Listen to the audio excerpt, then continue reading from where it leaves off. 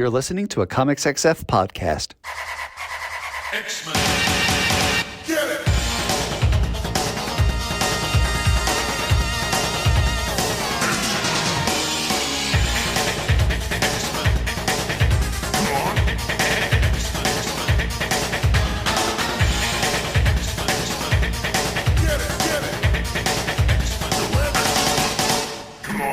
Hey everyone, and welcome to another exciting episode of Battle of the Atom.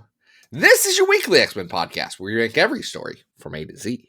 I'm Adam. And I'm Zach, the bad boy of X-Men podcasting. Zach, I'm admiring the many items of jewelry you're wearing this evening. That is a lovely necklace, some rings. Why, thank you. You just look I think totally it's gorgeous. Decked out. It's good look for you. I have decided to become a little more flamboyant in all of my outfits and my looks, including beautiful choker necklaces like I'm at a Hot Topic. Now, when you're buying a choker necklace, Buy? What do you mean buy? I assume, like everyone else, that choker necklaces, they just appear on you. It is a lovely one with a little lady's face right in the middle of it. It's got a great lady's face. Why have I been doing a bad Space Ghost voice this whole episode so far? That's unrelated to everything. You know, there's been a lot of Space Ghost content lately. There's a lot of Space Ghost content. There was the anniversary live stream. There's this like comic that's out there. So it's okay to have Space Ghost on the mind. But this week... Space Ghost is in the water. Yeah. Space Ghost is in space. Space Ghost is in all of our hearts. We are not doing a Space Ghost themed episode this week, though. As could we? I don't. Hold on. How? What would that? What? Just like how are there? Are there any? Have we done all the stories where Kitty is in the bullet? Oh, interesting. She is a Space Ghost in that. She is kind of a Space Ghost. Good point. All right. I think the answer is yes. Unless, wow. Maybe we haven't covered the one where Magneto brings her back in the bullet. No, we did that one, I think. Because it had really... Didn't we? Because it had that really bad Whilce Portatio art. I don't know. We need to go back to the bit about me having the necklace. The choker necklace. Yeah, we're talking about Malice this week. Yeah. People didn't catch on to the bit. So whose request was this, Zach? Oh, that's a great question. And man, oh man, you would think I'd have my spreadsheet open. So I could tell you that this is no one's specific request. This came from everyone. This came from our patrons on Patreon. We said, hey, y'all are already our patrons, and sometimes we're just making stuff up. So what else do you want to see? You're the people that listen to the show. And someone said Malice, a Malice themed episode. Which is a good challenge, because Malice is one of those things that just pops up periodically for a couple issues and then disappears for a decade and then comes back. And, it's fun to see how people interpret what she is and what her powers are. There's some differences in the stories we're going to talk about tonight. The thing about Malice is that she's not a character. Well, now she kind of is, but we'll get into it. But you're right. Mostly she's just a necklace, which is a wild concept, Chris Claremont. She is Polaris, you're evil now. That's what Malice has always been. It was, we're going to make Polaris evil. And then she stopped being evil and started being big. Crazy. Then she stopped being big, but not her hair. Her hair stayed big. As it should. And we're going to talk about a lot of that this week. And hey, if you want to be like our Patreons from Patreon, you can go over to patreon.com/Battle of the Atom, reach deep down into your hearts and pocketbooks, and pull a couple of coins out. Toss them into yon coffers. If you subscribe at the $5 a month level, that is the price of a Marvel comic book these days. You can just get an episode. Make us talk about whatever you want us to talk about. There's so many people with so many good ideas that you are too afraid. I'm gonna call you out right now. You're too scared to give us your $5 and say, y'all need to talk about the Neo. Nope, I don't want to do that. Jesus, Zach. That is not Y'all- what we want to talk about. Y'all need to talk about the one Super Neo stuff that I want to say it was Christos Gage did in X-Men, the Victor Glesher, the vampire X-Men stuff. Oh my god. They were the Giving him super this. mutants that killed the Neo, and they were exactly the Neo. It was a weird Wow. story. Also, has young Emma Frost being recruited into the Brotherhood while she was in the insane asylum that her father put her in. So many possibilities to drive us absolutely crazy. So You could make us talk about that. yeah. So hit us You up. think I'm doing that for free? We need I have a those list of the things 5 I'll talk about for buckaroos. free. It's not on it. Well, we're going to start tonight with actually a story that tries to establish a backstory for Malice the Magic Necklace. This is Excalibur Volume 4, number 20. It is written by... Blaze it. Yeah, written by friend of the show, Teeny Howard, and penciled by Marcus Toe. Congratulations to Marcus for the X-Force gig that's coming up, which is wild. Congratulations, condolences, whatever you want to call it. Hey, I don't know. I saw some art from it, and I was like, wow, that looks pretty good. Listen. Let's say from the top, I am all in favor of Marcus Toe getting that money. Yeah, get that money, Marcus. All day, every day. So this is post 10 of Swords, but pre-first Hellfire Gala, correct? Yes. That's exactly what it is. Because as we remember, Betsy got shattered into a billion pieces during 10 of Swords, and she had to multiversally put herself back together or something. Anyway, I'd forgotten Malice was involved in that somewhat. This is wrapping that up. Yeah, so when she comes back, everyone's like, Betsy's acting a little strange. What is the deal? And it turns out that Malice was in there. So last issue in 19, they got rid of Malice, but now she's kind of floating around, and this is a problem. Malice is a ghost who possesses a necklace. Yeah. The necklace is the corporeal form of her possession, right? So like the ghost goes into you and then the necklace shows up, and then if she's out of you, the necklace goes away. But like, there's not like a necklace floating around, right? Like in the sky, it's not like flying like a magic carpet. Listen, I don't fully. That would be really funny. I may be getting the magic necklace rules mixed up with Kulan Gath. Oh, geez, yeah. Well, we are learning the secret origin of one Malice, aka Malice Alice McAllister, which it made me laugh. I just thought, Teeny, that was pretty funny. If after 40 years we need to give Malice a name, an actual name, Alice McAllister's a pretty good name. It's a pretty funny name for Malice. Teeny, good job on that one. Yeah. So it starts with an indeterminate way back when, but we're seeing that Alice is it's like the mid 70s to early 80s. Yeah, it definitely, like, she's got a little punk bracelet on and a British schoolgirl outfit. She is a British punk kid. Yes, and mom's not happy about it. Alice said something about wishing she were dead, goes up to her room, and her mother thinks that she's ended her life. But what's really happened is that Alice's mutant powers have manifested. She doesn't know what's happening. And now she's this floating spirit who's just like, okay, I guess I'll just wander the earth and occasionally pop into people's bodies. And on one hand, I think that's an interesting concept. On the other hand, Malice, there's a line from the Flintstones I've been thinking of a lot, and it's honestly related to Malice in this case. And it's from the Mark Russell Simpsons, where Barney and Fred are at the Water Buffalo Lodge, and Fred just says morosely, "We participated in a genocide, Barney." Jesus Christ. And Malice has also done that. Yeah. She was a mutant massacrer. She's done other very heinous things. This sort of recasts her as this lost child. because all of the appearances that we're seeing here, when we have Psylocke and Betsy teaming up to go inside the mind of Malice, and even there, she is still pictured as this very young child. And the question is, can this character, like other villains on Krakoa, get a second chance? The answer eventually is yes. She is given a body, and that body is the kid.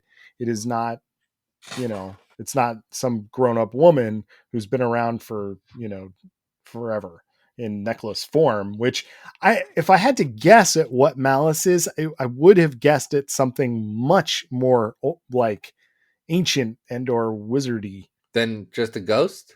Well, than just like a kid from the 70s who liked to go to punk shows, like I just, So here's where it's where I think it gives a good basis for Malice.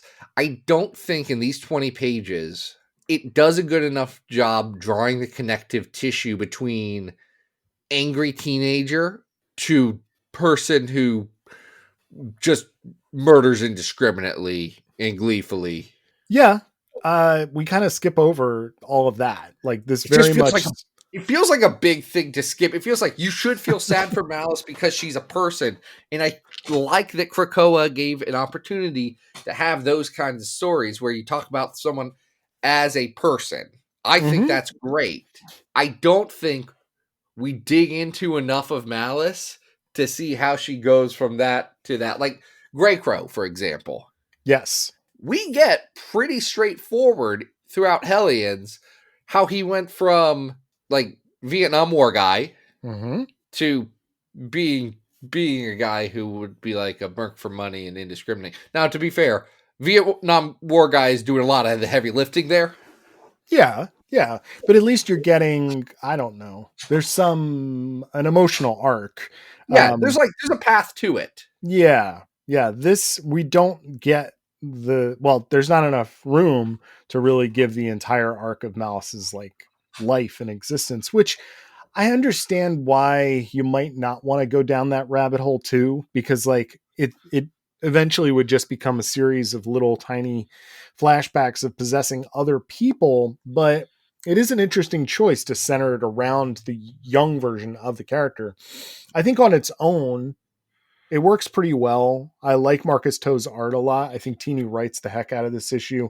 Oh, yeah. But I agree that just for the complete emotional arc to make sense, would have been good to have a little bit more of a conversation about this person as a killer, as a force of evil. Well, so, and here's the one thing about this.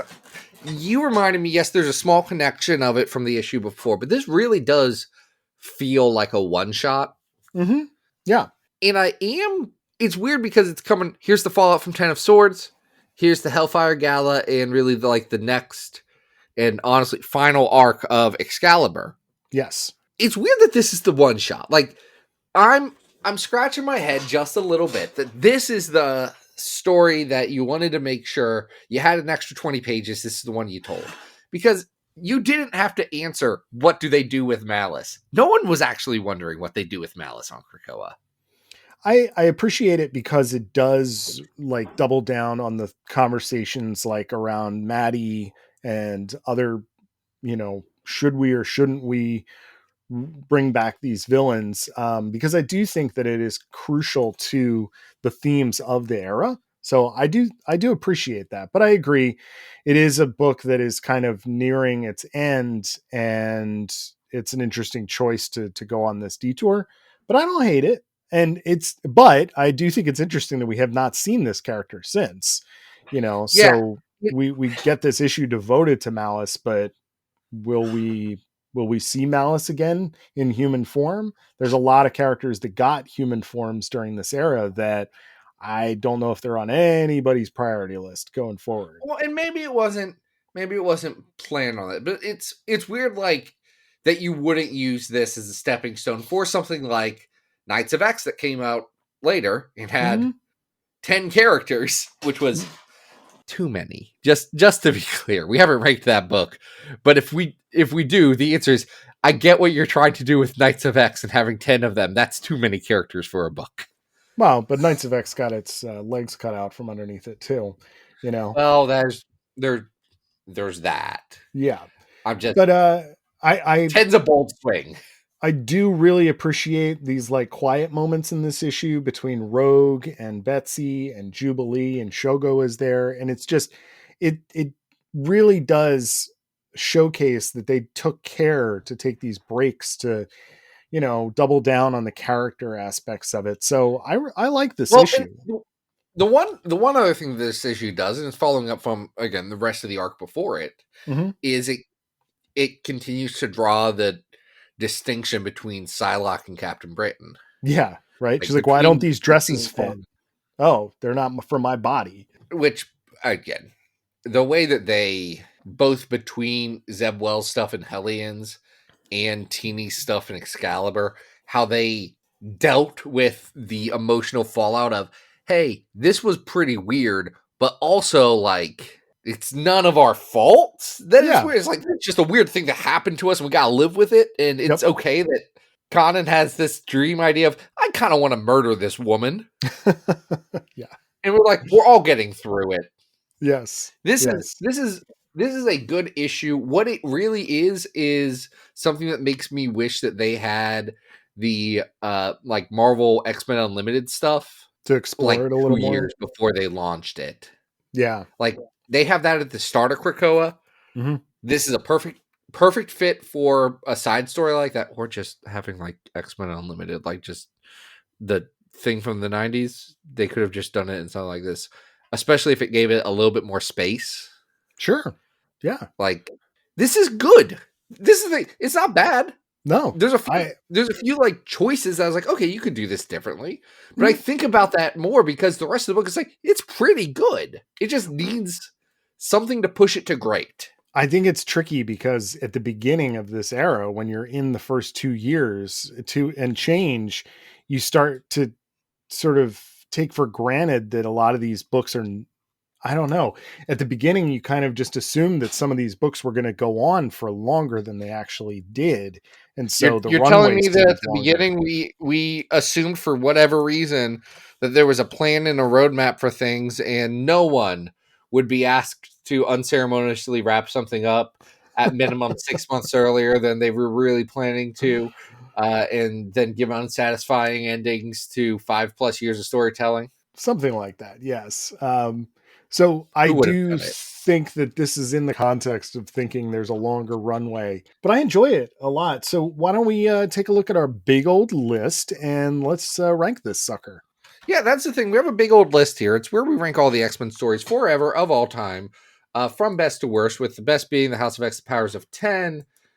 Let's go by 300s now, because we're on that road, buddy. We're on that road to 900. Oh, today's a special day. Today is such a special day for special boys like you and I, where we have ranked 900 X-Men comics by the end of this. Which wow, cannot emphasize crazy, enough. Zach.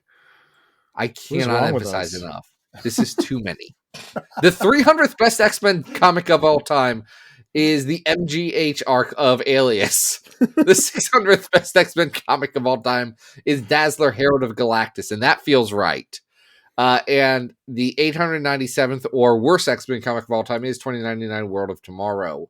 Okay. There's a lot of weird stuff in that. I think this is in the 200s. Because at 200 is Uncanny 122, Cry for the Children. The time that Storm goes to a flop house, it's like a heroin. It's really what's that all our about? inner cities. Shouldn't we call the cops? But at 300 is that Alias arc, and I think this is better than that. I do think this is better than that. I think this is, I don't know. I'm looking around the list. At 277, we have Kitty Pryde and Wolverine. I don't think this is that good. I would put this on par with a 281, the Funny Games arcade arc of Hellions. Yes, though I think that Hellions arc is probably a little better. I mean, that does have the thing where Mr. Sinister gets all his teeth taken out because. But I think it's better than 288, which is Cyclops Volume 2, Number 1, which where he fights Baron Zemo. It's like, this is a fun little one-off story. I don't know why they're telling it. Yeah, this is not as good as Old Woman Laura at 286. So in between there, we have Ultimate Comics X-Men World War X. Is this better or worse than that? It's better than World War X. If you think it's not as good as Old Woman Laura, I'm not going to argue with you. I've spent too much of my life arguing about Tom Taylor comics and how I don't love them. And I shan't spend another. All right, so this is going to be our new 287 Excalibur Volume 4, number 20. Our next story does something a little bit different with Malice. This is X Factor 103 to 105. This is the DeMatteis era of the book. It's being illustrated by... you say DeMatteis, but Todd DeZaga is doing all the actual scripting on these issues. No, that's true. And then pencils by Jan Duursema and inks by Al Milgrom. For 2 of the issues, and they end this arc with some Brian Hitch. Yeah, doing and Andy Lanning. A not terrible, like Alan Davis-y kind of feel. It's not like that bad. When does Brian Hitch stop being an Alan Davis clone? Because by the time he does like Stormwatch, he's not Alan Davis anymore. He's his own guy. But I didn't follow Brian Hitch's career enough to know like when that switch happens. It's weird because you find these books from this era and it's like he really is leaning into that look, and occasionally he gets inked by Paul Neary. Especially when he's inked by Paul Neary. Rest in peace. Yeah. Oh, yeah, that's right. The late Paul Neary, late great. So Malice is a little bit different in this arc. Am I incorrect that Malice is a computer virus in this arc? No, this is not the arc that Malice is a computer virus. Oh, that happens in the 3rd story today, isn't it? Yeah, I got them mixed up. The 3rd story is where Malice goes digital. Oh, that doesn't make any sense, but we'll get to that. We'll get to it. And I'm going to say this as a Mike Carey guy. We're going to get to it. No, this is the one where X Factor kind of splits off into 2 different stories that intersect. One, so everyone's really upset because the Multiple Man died. They're all pulling Chris Gethard and crying because the Multiple Man died. That's a very specific reference, by the way.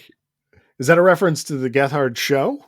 That's a reference to Chris Gethard getting bullied as a child because he has a letter in, if not one of these issues, one right around it, about how sad he was that the Multiple Man died, that he wrote into not a joke. He writes into X Factor, and then one of his like sister's friends finds it and spreads the letter all over school, and everyone's like, he's the guy who cried when the Multiple Man died. Oh boy, that's the trauma that only a comedian can withstand, I guess. Jeez, that's wild. Also, I think Peter David was a dick about it at a certain point. It's like, hey, he's the Multiple Man. He's going to come back. Well, I mean, he's already kind of back in this arc. So, look, that's by the end of it, I get it. But we're getting divided into 2 sections here.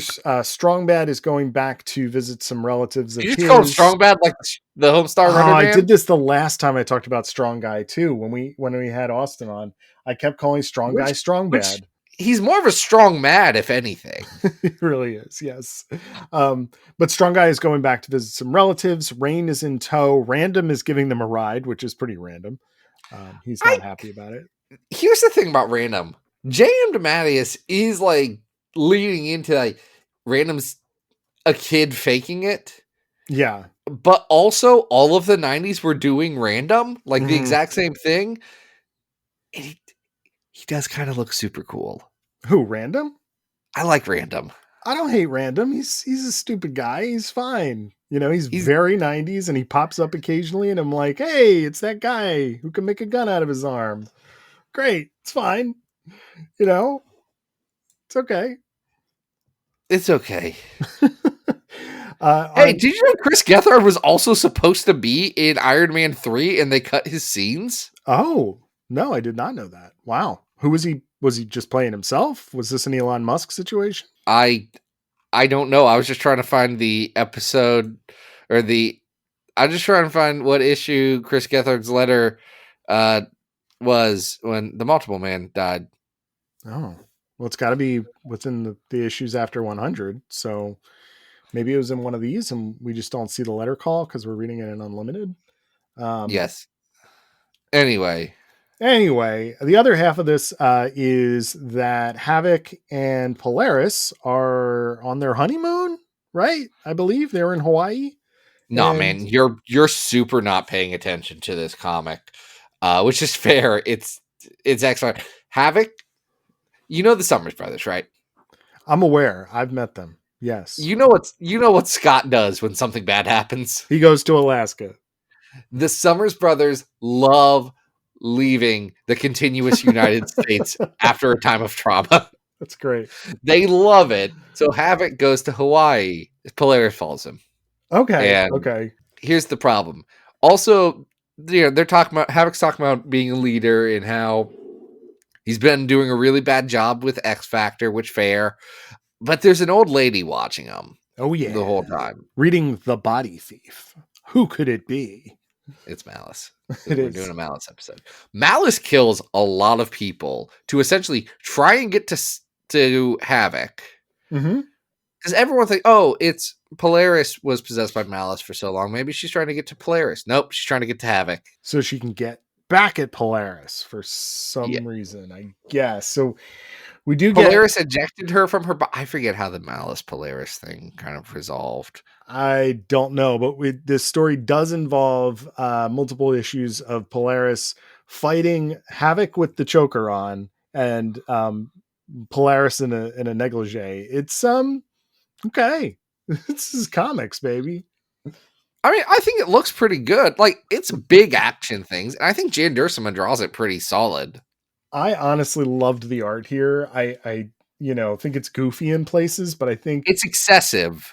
Yeah. And occasionally Duursema does smiles that look like they take over the entire face. But I could take that because this just feels like 90s fun. And it's not as egregious as some other things that we've seen from other artists. The whole second issue here is basically Havoc and Polaris like going after each other. But then we also are getting these softer beats with Strong Guy running back into a childhood crush and realizing that she's not into him anymore. He really thought there might have been something there. She probably never was into you, Guido. That's the problem, buddy. Yeah. It's like, I like Strong Guy because he's kind of like a crappy dude as a character, but he's nice and he's like that nice, funny guy that can't figure out why he can't just have his way all the time because for some reason feels entitled to getting everything right. And it's such a real dude that we all know. Sure. Also, he's funny. I like Strong Guy. Like, I like his story in that. It works. He gets to see his family who is super nice and supportive. Rain gets to hang out with his nephew or something, his cousin. Mm-hmm. Yep. He's afraid he's going to be a mutant. Yep. And it's actually like a well told story of, hey, look, maybe you will, maybe you won't, but like, one, don't worry about if you're different or not, but also like, bud, you do see how your mom and dad are like hecka supportive. You're gonna be okay. Yeah, it has that going back to the Guthrie farm energy to it. It but does. It's done very well. And it's funny because by the time you get to the third issue, that's when Sinister and the Nasty Boys show up. So the Nasty Boys. It's a 90s comic. Why don't we have more Nasty Boy content? Can I tell you why? I know exactly why. Because the Nasty Boys look terrible if anyone but Larry Stroman draws them. Because I want to compliment Brian Hitch and Adam, Andy Lanning. Yeah. I was just going to say that 3/5 of the Nasty Boys look terrible when Strowman is Sure. drawing. Well, there's supposed to be these like ugly scribbles of characters that look good when Strowman like scribbles them. But when anybody else tries to actually figure out what their form is and make them look realistic as opposed to the exaggerations that Strowman does, it doesn't work. So you get these like, you've got Hitch here doing his Alan Davis and in some cases doing it very well. I think this last issue looks really good for the most part. It does And look really good. like there's a strong guy jumping out of a jet that just looks wow, it looks great with rain over his shoulders. But every time a nasty boy shows up, I'm just like, these characters look dumb. They really Every look dumb. time a nasty boy shows up, Adam is so mad when nasty boys show up. He does not want those nasty boys around. Nasty boys. Quick question. Yeah. Which nasty boy do you think has appeared the most in comics? Gorgeous George. Yes, by one. It looks like Gorgeous George is the winner. He's appeared 10 times. Gorgeous George, easily the best of the nasty boys. Oh, yeah. Followed by Ruckus, and then it's the other three. If you asked me to name all of them, I don't think I could. And I know one's like a hairball or something. I could easily name Ruckus Ramrod because their names go together. Ruckus Ramrod and Gorgeous George. Mm. And then it is Slab and Hairball. That's what it is. All right. I wouldn't be able to tell you who they are. Again, they're just little Larry Strowman scribbles. It's just here's the thing. I know that X-Men needs to give Sinister like a 5-year minimum break. Yeah. Like we did a lot of Sinister stuff. That's great. We need to give him a spell before we go back and do Sinister again. Mm-hmm. But he's got to get his nasty boys back. Like that's how you bring it back. You mix the, let's be fair, the Kieran Gillen Dandy Sinister with his old, like, have him go back to the old me in like dumb plotting. Sure. Bring back his nasty boys. I like how you his nasty boys. You keep saying nasty boys. It's really funny. But it's so funny that they're called that. Adam, here's the thing, Adam. If we would have rebranded this podcast years ago, we would have been the Nasty Boys. Oh, I like that. That'd been good. Yeah, if we had, we can do crossovers for the podcast. Sorry, we're the Nasty Boys here. Maybe that's how we introduce ourselves now. But I don't want to keep it in mind for next episode because we're so nasty. This story kind of ends very quickly because Sinister just beams everybody away, teleportation style somehow, and it's because Malice is being too nasty for Mr. Sinister and his nasty boys. Yeah, that's pretty much what he said. He said, "Malice, this is a bad idea. Don't do this." Mm-hmm. Well, he's there to stop her, really. This, Yeah, and then he kind of blows her up. Also, Wolfsbane and Strong Guy get teleported by Val Cooper and Forge to Hawaii to try and stop. And they're part of the big nasty boy fight. Yeah. I tell you, that last issue looks great. There's this great part at the end where you actually get to see Malice being torn out of Havoc, and you're sort of seeing this ghostly vision of her, and Sinister just kind of grabs her by the neck and puts her in a little Pokeball, and he's like, "All right, we outie." And it's like, okay, that was kind of fun. I enjoyed these issues. There's a reason Brian Hitch became the definitive comics artist for like 5 years, for like legitimately an entire movement in comics. Oh, sure. Absolutely. I think I don't subscribe to like cutting comics into ages all that much because I don't find it particularly helpful. But I'd say if you want to talk about when the 90s ended, it's pretty much when Brian Hitch does Stormwatch and Authority. Mm-hmm. Like that's comics are a different thing. We're doing something else now. Sure. Yep. I prefer this version of Brian Hitch, but anyway, the issue ends Brian Hitch is only 53? Wow. Killing it. All right. Good for Brian Hitch. Nice. Madrox is still alive, it looks like, and then we get right into Phalanx Covenant in the next issue. Oh, So hey, by the way, because we talked about it a little bit yes, earlier, yes. and I was like, man, I wonder what happened between Brian Hitch doing like 90s X stuff that I know and then Wildstorm. So what did happen? The answer is he got a real job. Oh, really? That's Yeah, he interesting. was doing film and commercial work for several years Wow. between the end of his stuff at Marvel and a little bit at Valiant. Huh. And then he did a real job for a little bit. Good for you, man. Get that money. We should rank this, Zach, because I think we like this. How much do we like it? It's I goofy. tentatively like this. I don't like it. It's not as. Here's the thing.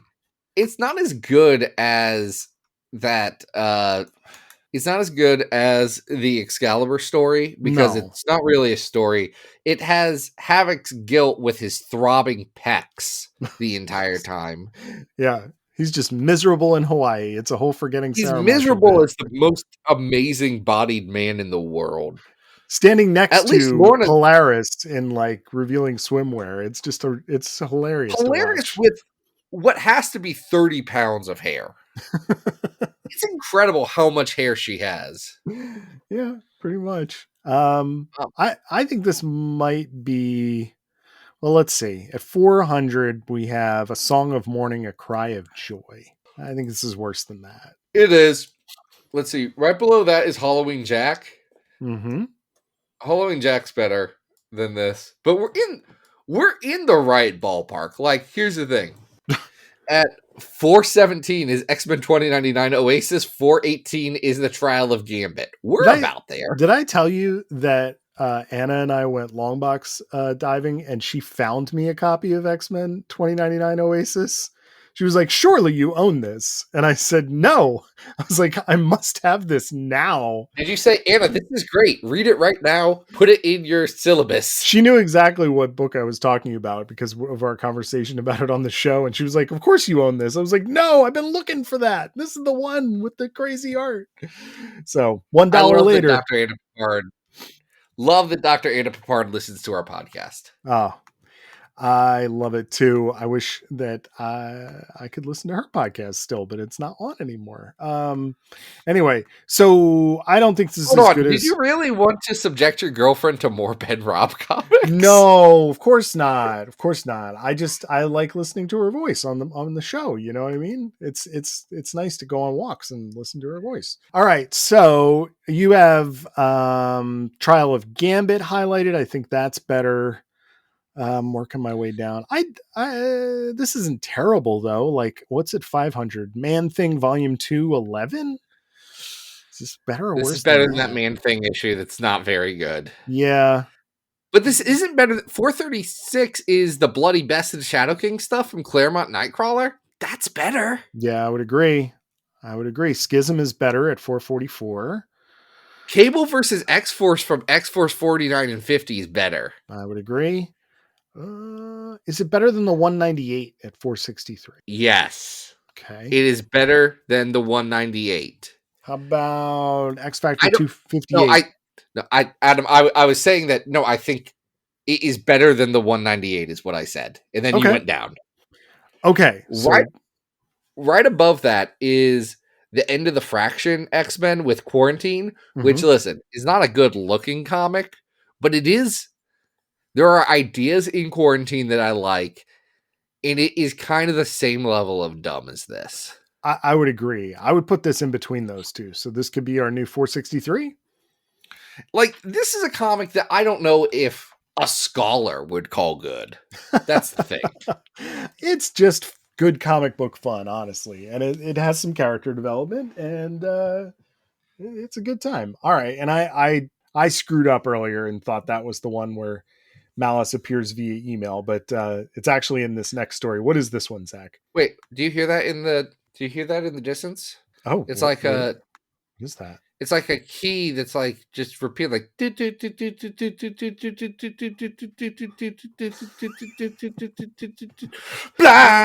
by the light. Wrapped up like a deuce, another runner in the night. It's Blinded by the Light. That's the X-Men. name of an X-Men story. I know which one we're talking about. Does anyone else in the world know that the story's called Blinded by the Light? Well, it's a chunk of endangered species, which went across a lot of the books. But this is X-Men Volume 2, 200 to 203. Mainly, well, were written by Mike Carey, but mainly drawn by Humberto Ramos, with pencils on 200 by Chris Bachalo as well. Love Chris. Yeah. Can we start 200? The gatefold cover to 200, which is a David Finch cover. And I'm not like the world's biggest David Finch guy. Yeah. That cover is kind of sick. It's pretty cool. It's like a 4 panels, I think? Yeah. Yes, This is it is nice a cover. 4-panel gatefold with every X-Men. Everyone who has been a member of the team X-Men or Uncanny X-Men. Those were just the teams of X-Men. They're all on here. Really? Everybody? I feel like there's not that many. There's a lot of people in the background in between Colossus and Jean, you know? There are. And if you look, you get Moira's X-Men from Deadly Genesis. Maggot's back there. Maggot, who is next to some of the friggin' dumb guys from the Scott Lobdell fill-in right before E is for Extinction. Oh, yeah. Yep. You get Deadly Genesis down here. You got Sunpire is right up there. You got Stacy X. You got Kanon. That's you true. have a lot. Yeah. It's jammed packed now that I'm looking at it. But it's a really fun cover. I like it. Even though I'm not a big fan of his artwork. Like everybody is obviously I'm not the biggest pinched and veiny, but I think David Finch has a time and a place, and that time and place was 2005. Sure. Yeah. So what's happening in Blinded by the Light, Zach? This is kind of the lead up. It's not kind of the lead up. It is the lead up to Messiah Complex. What's happening is the X-Men are getting revved up like a deuce, another runner in the night. I'm done. That's the last time I'm going to quote that song. It's totally fine. It's fine. Keep it up. It's not the last time. I'm going to do it again. You can keep it coming. I'm going to do it again. Listeners may remember the arc that comes before this, because we talked about it not that long ago, where on Cable's Utopian Island of Providence, Rogue, what did she do? Kind of inhale. She absorbs 1 billion people. Yeah, like a lot of people. And she's basically going insane. Like her brain is starting to malfunction. So this is the Supernovas team that we've talked about before here. And this is basically when we learned that Mystique is a double agent and that the Marauders are going to try and attack because they're looking for Destiny's diaries under the Order of Sinister. Yes. Who also has his regular Marauders. Yes. And Exodus has his new acolytes. And everything is coming crashing down all at once, which makes for a big chaotic story, because before 200 is really setting up the chaos. It's setting up everything falling down, starting with Cable getting seemingly killed by Gambit. Yeah. Really wild little sequence here by Chris Bachalo where Gambit sneaks up, because Gambit is one of the Marauders in this story, and taking Cable out. I mean, wow. It looks good too. It also looks like killer. Yeah, it looks really great. We also see, because this is a Malice episode, that Malice has her newest victim. Who is it, Zach? And how does it happen? So it's the Omega Sentinel, and we're gonna get there. And it's because Malice keeps up with the times, and Malice has gone digital now. Doesn't make any sense. It doesn't make any sense, but she's like a computer virus now. And well, it's not like what Malice was well defined. No, but it is funny that the computer is like, you've got mail, and then and Omega Sentinel is now Malice. It's pretty funny.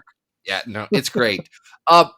Because Rogue is feeling under the weather, they take her to Cowdot County, Mississippi, to the home where Destiny and Mystique raised her. Now, Michael Carey. Yes. Michael, I like you, bud. I do. I think you're a great X-Men writer. Mm-hmm. His idea of continuity of when Rogue was adopted by Mystique is Yeah. so far off. He's like, Yeah. here's this 4-year-old girl. It's like, she was No. so important that she was at least like a preteen, like 14. She kisses It's okay. Cody. I do wonder how much of that might have been screwed up by the artwork. Like the way that Ramos draws those flashback scenes really does not make sense. But Also makes Mystique look like a baby. yeah, it doesn't quite make sense. It makes Mystique look quite Mystique can young. shapeshift. But It's fine. I'm not who worrying knows? about it. It threw me off. I was like, Mike, you know better than that. It's Ramos's art throughout this is interesting. You know, I know way back when we talked about Messiah Complex, we kind of talked about the interesting flipping between the different art styles in that arc, and I'm pretty sure I stood up for Ramos then. I like most of this, but there are moments when it just trips over a line of like really looking way too cartoony to the point where like people start to lose like true anatomical function, like bodies moving in ways that they really couldn't unless they were like Reed Richards. It feels like in some circumstances, which can work for dynamism, right, and action, but in other cases it kind of takes me out of the story a little bit. Honestly, it's why Humberto Ramos has done best work on Spider-Man, where you can get away with that and you can make Spider-Man look weird. Sure. Like that's what Steve Ditko Spider-Man's a weird little guy. Sure is. Yeah. And I like Ramos on that. I'll say this for the whole Mike Carey stuff. I think him and Cello are like a really good 1-2 on this because they are different enough from each other to be distinct, but have so many of the same like touch points in their art. Which is great. What does happen in this story, however, is that the Supernovas team calls for backup, so Scott and Emma and Beast and Wolverine all come to Rogue's childhood home. And then, wouldn't you know it, it's a trap. Yep. It is a trap. Blindfold is trying her best to warn them of what is about to happen, but it also kind of appears like she dies because she grabs Elixir in a way that looks like she's completely not there anymore. She touches his black blobs that he has. Death hands. She gets better. Yeah, she's all right. She's okay. Emma is kind of like trapped. And we also have what I really enjoy about this arc is that we get this really cool thing where Cannonball and Iceman have to go off and stop Sunfire from who's in his AOA look, which is really great. And the way that they do it is really fun. The fact that Iceman has controlled the temperature around Sunfire so that he can't burst into flames is pretty great, you know? Because here's what turns out for this issue, really. The rest of this arc is about two things. One, it's about what's happening at the school where Shadowcat and Colossus are, and the new X-Men, the young mutants who are going to be so key in Messiah Complex. Like, they set up as the first volley against Exodus and his new acolytes. Love the new acolytes, by the way. Speaking of random. Random also in this. The new acolytes are Unison, Tempo, Random, and Frenzy, and Exodus. That's a good team, actually. It's a great lineup. It's a really great lineup. I mean, it is, except for Unison, but whatever. I like Unisconi. I mean, I think it's a good... I like that character. I like there's an original acolyte still hanging around. I like her very specifically in the trilogy of novels. What's it called? Wait, hold on, because it's right here. Listeners, my co-host is reaching for his bookshelf. I like her very specifically in the Christopher Golden Mutant Empire trilogy of novels that I have definitely read. Good for you. I'm impressed. I've always seen those and never felt the need to actually read Those, them. listen, but as a man who reads real books, I'm not going to call them good. I am going to say Mhm. that you could probably read them really quick and be like, I'm okay, yeah, sure. this is what's going on. There's a lot of Starjammer content in them, which is Oh. surprising. Okay. All right. Well, our new acolytes do find what they think is Destiny's Diaries. Unfortunately for them, that is a ruse, because I really do like this plot point. The X-Men have realized that they can't even trust themselves to know where Destiny's Diaries are. So they have Kitty Right. Pryde hide them and then erase her memories that can only be unlocked by Emma Frost and a keyword, which I think is a really fun concept. Yeah, it's like the whole plot is like the diaries look blank, Mm-hmm. but they're the real diaries, but no one knows what they are until a keyword unlocks it. It's a whole thing. Well, the real diaries are in like this cylinder, like a bank vault kind of thing that's buried under floorboards, right? But to get to that location, Emma has to unlock Kitty Pryde's mind, right? So that she remembers where she put it, so that she can, and unfortunately she leads them, I believe, right to it. Yeah, she leaves them right there. But what happens, the rest of this issue, it's the Kitty Pryde stuff, but then a really fun team up essentially with Iceman and Cannonball, who have to stand alone. And it's really fun. Cannonball gets to be like the big leader that he could always be. Mike Carey gets that Cannonball like was leading X-Force for a while. Yeah. That's his Cannonball. And his Iceman is really cool and fun. Also, the worst thing Mike Carey does in his entire time on this, the completely unbelievable. Here's the thing. The Iceman Mystique relationship isn't even believable in the context of the comics that were coming out of the time. No. It's so much less believable now. Yeah, it's absolutely ludicrous. So we do get this moment where Mystique is supposed to be hunting Iceman down and she lets him go because I guess she has some kind of feelings for him, but it seems so ridiculous. You know, I don't think any of the readers were really buying into this based on what we knew about both of the characters. It's just such a weird pairing that doesn't work at all. And I don't know, man. Yeah. It's just weird. Anyway, so that's kind of how this wraps up, is there's just this utter chaos, of the Marauders attack and the X-Men, some of them getting away. And this is what's going to lead directly into where we start off with Messiah Complex.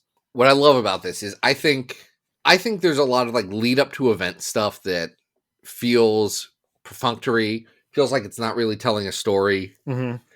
Feels, I don't know, like, hey, we had to do extra issues to start the event. And the event, like Axis, I think is a great example of this. Mm-hmm. The comic Axis feels like it's starting 3 issues in because it is. Right, because it had too much lead up. It had so much lead up. This is lead up. This is organic lead up into a story, but it feels the same way like Ten of Swords feels. Yeah. Where there's build up from Excalibur. Mm-hmm. There's build up from X-Men. Or something like what am I trying to think of? What's the one? Oh, it feels akin to something like Executioner's song. Mm-hmm. It's like there's organic buildup. All the storylines have been kind of driving in this direction. And I think Mike Carey, especially compared to what Brubaker was doing, trying to drive in this direction in Uncanny X-Men at the time, it all feels like it's going in that path, which is really cool. Now, is Joss Whedon helping with this? No! Nope. And in fact, if you try, I have tried, because this bothers me, to figure out when the 4th arc of Astonishing X-Men is supposed to happen, it's supposed to happen very specifically right between, or I guess the 3rd and the 4th arc of Joss's Astonishing. It has to happen between Blinded by the Light and Messiah Complex. Oh, and that really doesn't make sense either, if you think about it. It doesn't. But no. that's fine. The only time.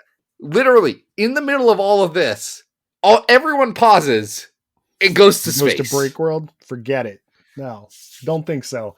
Now, why did that happen? It's because Joss Whedon was really late on his scripts, and John Cassidy was slow. Yeah, I get it. It's fine. I don't have problems with giving artists and writers time to put out books. But what I can definitely credit Carey with here is that, and we've talked about this before, his writing is so good at propulsive action. And especially when paired with Chris or Humberto, there is just like pedal to the metal feel to this. Like it feels like an action movie, and every single issue has this like excitement about it, that there is something really cool happening here. The whole sequence with Tempo slowing everything around them so that they can go look for the diaries, all of the scenes where the X-Men are fighting the Marauders, it just feels exciting. I know I was made me want to pick up Messiah Complex and be like, I want to read this again without. And here's the thing: it does all of that without giving away the game of Messiah Complex. No, you still don't quite know what's going on. You just have like the faintest idea that something important is happening.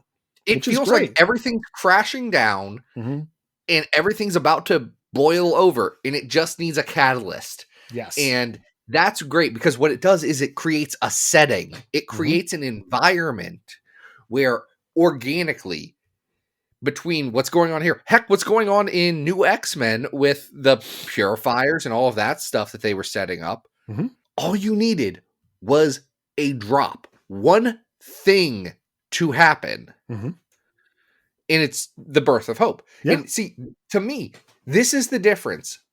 This right here is the difference in execution between what they did in Messiah Complex and what's going on in Fall of X stuff, where the catalyst was the Hellfire Gala, but then things just went on for a while, and then like it eventually was like, and now we have to wrap it up. It doesn't feel like things are building to a crescendo. And this Blinded by the Light is a build to a crescendo, and that really works. And it makes it like a fun story to revisit and a really fun and essential piece of overall X-Men like stuff. Yeah, and I agree. So I'm going to ask you a question. Do you think this is a like 100 story? I think it's in the 100s. Like, that's what I'm thinking. Much love to Zach Thompson and Lonnie Nadler, both of which have really good books out right now. On Zach and Lonnie Watch, you can go pick up The Sickness from Lonnie and Jenna. You can go pick up Golgotha Murder Mountain. You can go pick up Blown Away, or you can go pick up Cemetery Kids Don't Die. And coming soon, bud, you can go pick up Into the Unbeing, which is pretty freaking rad. Ooh, Adam specifically, you need to pick up Into the Unbeing. You will enjoy it. What a great name. I just like that title. At 178, we have X-Men 28, Devil in the House. That great Jean and Sabretooth issue. I feel like this has similar energy to it. It does have similar energy to it. We're close. Yeah, I think this is better than at 167 Cable 22, the airport issue. I think you're probably right. Here's where I've hit a ceiling. Okay. 164 is New X-Men Murder at the Mansion, which is also building up to a thing. Yes. And does it pretty well while having the big... I mean, there's a lot of really good stuff in Murder at the Mansion. Yeah, and right below that is the Bendis Uncanny first 4 issues, Revolution, which just personally, I might put that ahead of it. But I think that might be a good spot for it, maybe at 166. Yeah, because it is better across the board than Merry X-Men Holiday Special, a comic I do adore. Yeah, I agree. All right, so Blinded by the Light is going to be our... Revved up like a deuce, another runner in the night. See, you thought that I had forgotten about saying how I knew it was coming. How earlier I whispered into the mic and said I was going to do it again. I bet you all forgot. All right, so that's our new 166. And Zach, congratulations. 900 story arcs of X-Men. What is wrong with us? We did it! Wow. Adam, we're crazy. Can you think of all the other ways we could have spent our time? No, honestly, I don't think that way. I think this is probably the most fun I could have used this time for, and I love spending it with you. So, and our good friends, these mutants. So I love spending it with you and my friend Nightcrawler. That's next week, buddy. Is next week my friend Nightcrawler? Is next week? I don't know. So, folks, Patreon, right? Go to Patreon. Do the Patreon thing. Get that. Or else, 5, if you don't do the Patreon thing, here's the thing. I've got a list of things that I want to do. Adam's got a list of things that he wants to do. And here's the thing.